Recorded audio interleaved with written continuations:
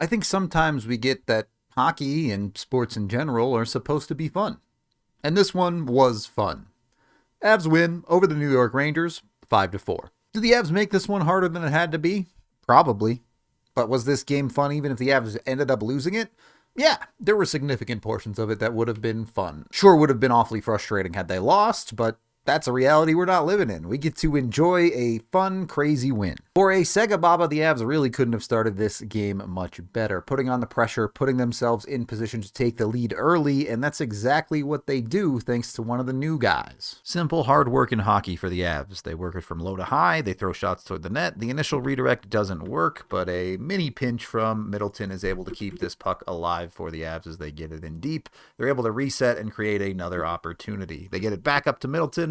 Middleton just throws a shot towards the net. It's a good job by Jack Drury to find some open space, find some clean space where he can play from.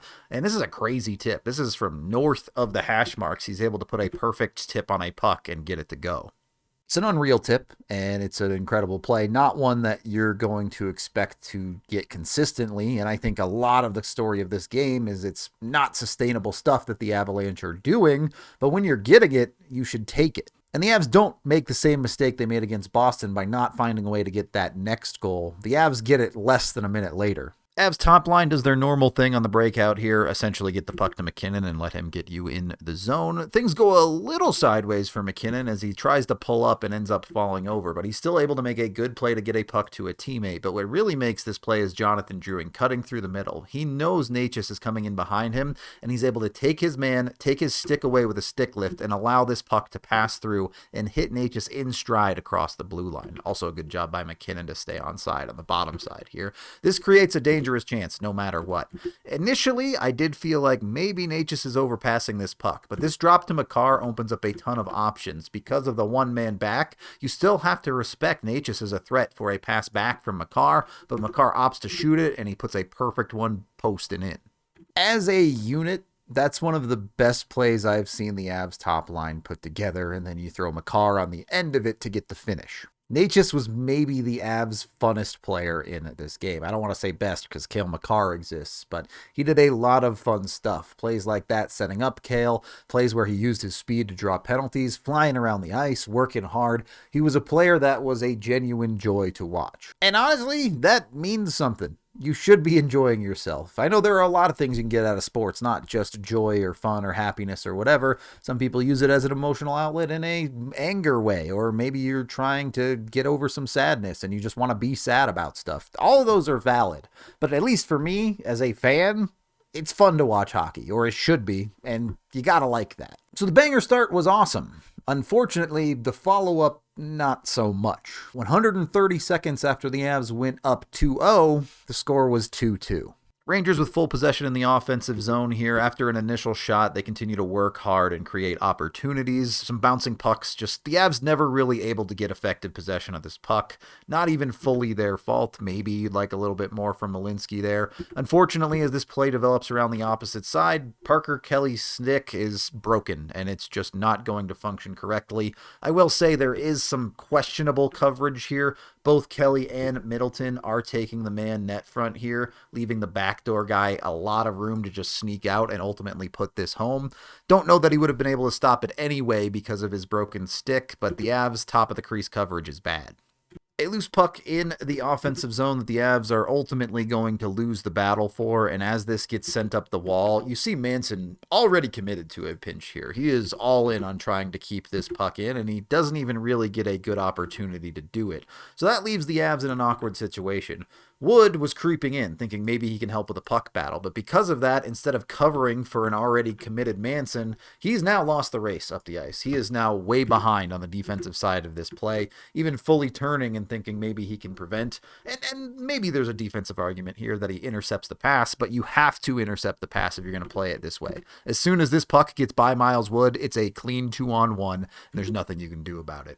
Girard plays it pretty well. He opts for the slide, slides into Lafreniere well, takes his time and space away, but Laff just makes a better play. Finds the tiny gap right next to the boots to fit a puck through, and that's just not getting stopped. That first goal is a common problem for the Avs this year. Failure to protect the top of the crease area or the backside effectively. Still just remains way too easy for pucks to get through that area against the Avs. There's nothing to say here that I haven't already, so let's just move on to the second goal, which was the far bigger problem in this game. The Avs gave up 11 billion odd man rushes, and it feels like it's been true over the last while of this up and down stretch for Colorado. They're getting caught a lot. This is a multifaceted problem, right? It's not just the defender's fault, it's the forward's fault too. Both are at fault. And that particular one, Manson probably needs to make a better decision and not pinch in there. But also, Miles Wood is just floating on the backside of that instead of hard back checking and covering for that open spot that Manson leaves. How much of this one is Miles Wood back in the lineup for the first time in a while? The Avs on a Sega Baba, so maybe they don't have the legs. Yeah, there's probably some of that to this, but the amount that it's happening has to get reduced. Despite this stretch, I do think the Avs were the better team in the first period, and they ultimately managed to win the period surprisingly thanks to the power play. If teamwork makes the dream work, hard work makes the power play work. The Avs have this puck in deep. It gets sent to Druin a little bit soft and creates a puck battle down there. Now, neither of these two players win it, but the puck does come loose, and Martin HS recognizes it. He was already closing in to come help with the battle, and then he steps on the gas and is able to find this puck and keep the Avs in possession. It's these little types of plays that the Avs haven't been getting enough of on the power play.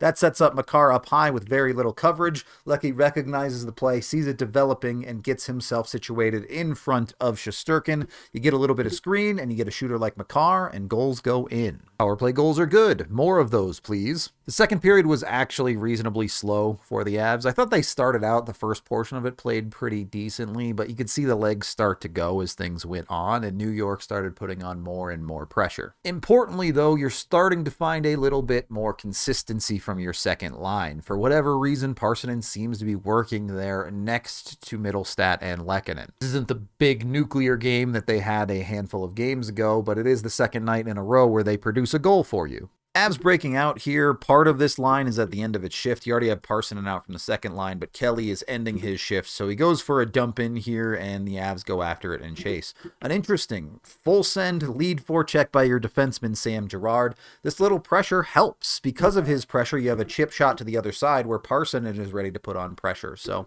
this isn't all that dangerous, but it does force mistakes sometimes. Not often, but when the mistakes do happen, like a whiffed puck right there, that allows the Avs to take advantage. Middlestat, after getting changed, is able to get over to the far side of the ice from the bench, keep this puck in the zone, and all of a sudden the Rangers are caught off guard.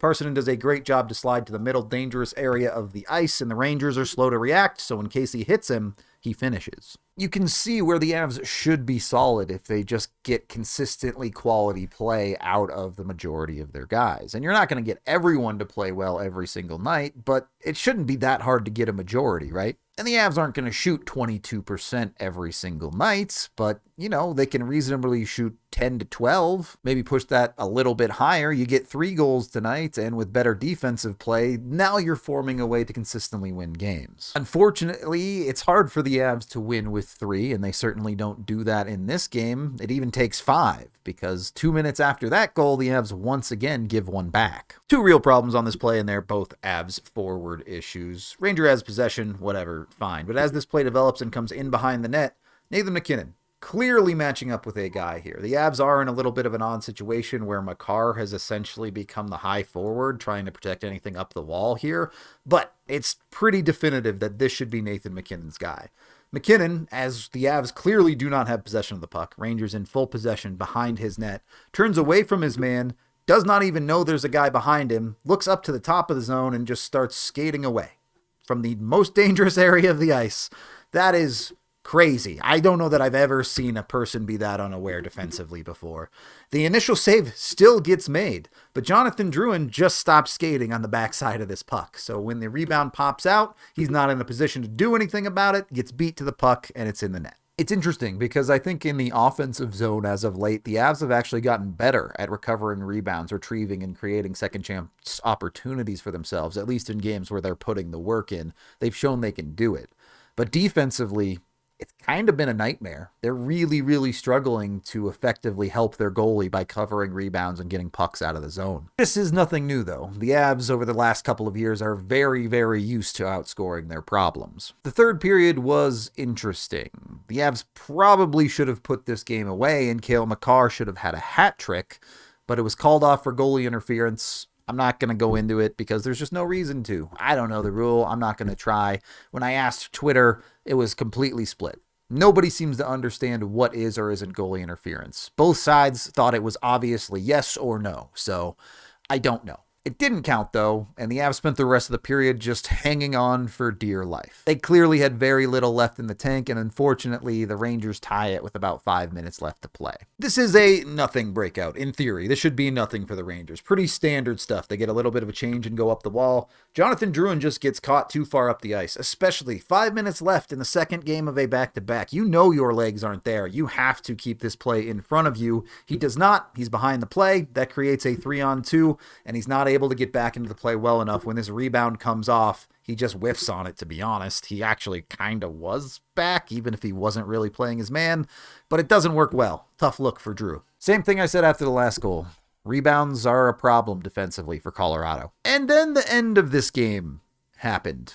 A penalty gets called on Cale Makar that is genuinely one of the worst calls I've seen. I mean, it's not even remotely close to being a penalty, but they call it, and it sets the Avs up for failure. But they survive. They managed to kill the penalty. You got some good saves from Blackwood. You got some good defensive play from your penalty killers. Cale Makar pops out of the box, and puck don't lie. Gotta say, the Avs did a good job of taking advantage of Ranger mistakes. 3 seconds left on this power play for the Rangers, but there clearly was a lack of communication that Cale Makar was coming out of the box here, because as this puck gets up to the high part of the zone, the pass is going to come across. So they don't recognize Makar is coming in a hurry here. When Borgen lets this pass go, Makar jumps on it and is able to turn the Avs the right direction and create essentially a 3-on-1 because Artemi Panarin just decides his feet are cement. That's some Avs looking stuff, Artemi. You gotta do better than that, buddy. Anyway, Makar gets him into the zone and is able to do a great job of finding this pass across to Lehkonen. He does enough to threaten a shot. You also have Kiviranta threatening in the middle. Very, very hard for Shesterkin to read this, and Lecky puts a great finish on it to win the game. Nights like tonight are why Cale Makar is considered the best player on the planet by a lot of people. Probably should have had a hat trick. Sets up the game-winning goal after an unfair made-up penalty gets called on him in the dying seconds of a game. That is the stuff that very, very few people have ever been able to do, let alone currently in the NHL. I think there are a lot of encouraging things for the Avs in this game. You get good games out of Necas. If he plays like that consistently, whew, that is gonna be good for Colorado. I'm not saying he's Mikko, but it's gonna be good. You got a goal out of Jack Drury. But the reality is, in the immediate, the weight of this team falls on the shoulders of Nathan MacKinnon and Cale Makar. And Cale Makar just straight up bench pressed that weight and didn't even make it look tough. Wins like this are important. Segababa games are not supposed to be easy, and the Avs set themselves up where they really kind of needed to win this game to get off of their little slow streak. They did it. It's not pretty. You don't love the way they're going about it, but when the cards are down, the Avs find a way. That is the end of this game video review. Thank you for watching. Head on over to thednvr.com for all of our coverage. I am Rudo, and seriously though, Necas looks really fun.